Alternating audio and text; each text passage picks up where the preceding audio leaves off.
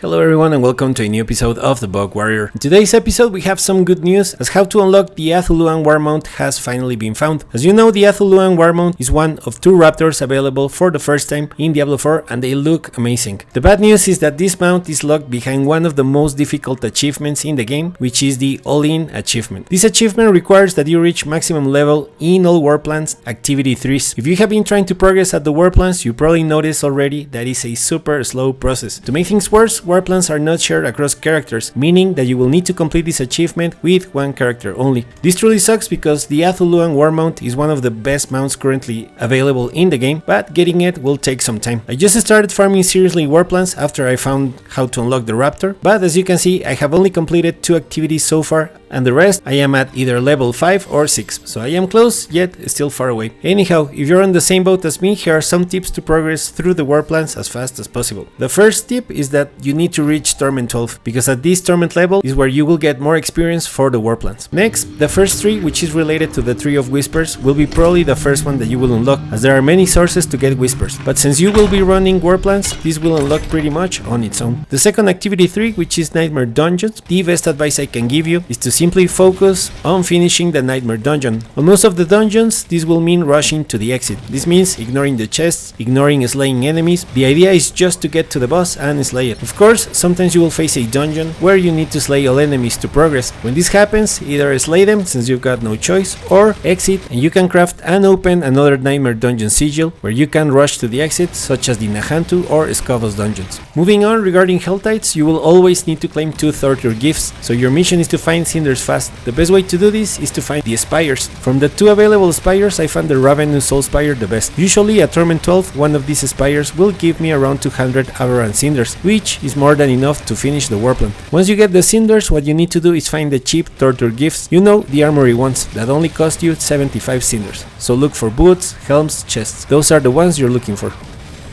For the Undercity, don't consume any of your tributes, just open the Undercity and same as with Nightmare Dungeons, rush to the exit. Do not activate any beacon, just find the portals that take you to the next level, find the boss, slay it, and be done. For lair bosses, this is the fastest one to complete, but finding bosses is usually less common than other activities, so always search for new plans until you have at least 2 bosses to defeat per war plan. For the Infernal Hordes, always open the map and teleport to the one given to you by the war plans, as that one will only have 6 waves, which is the fastest Infernal Hordes you can complete. Here, which ones you select doesn't matter, just open whatever and just survive and continue through each wave until you reach the boss. When selecting the boss, go for the council, as you will most likely won't have enough ether to summon Bartok. But it's okay, since all you want is to complete Infernal Hordes, the loot doesn't matter. One more advice is that if you find a Chaos Wave, enter the wave and die. Remember, you have 4 lives available at the Infernal Hordes, so it's okay to die. Every time you die at a Chaos Wave, it will count as completed and you can move on to the next one. Lastly, for the pit, select any difficulty that you can finish fast and make sure you have all the nodes that give you the progress orbs so you can finish the level as fast as possible.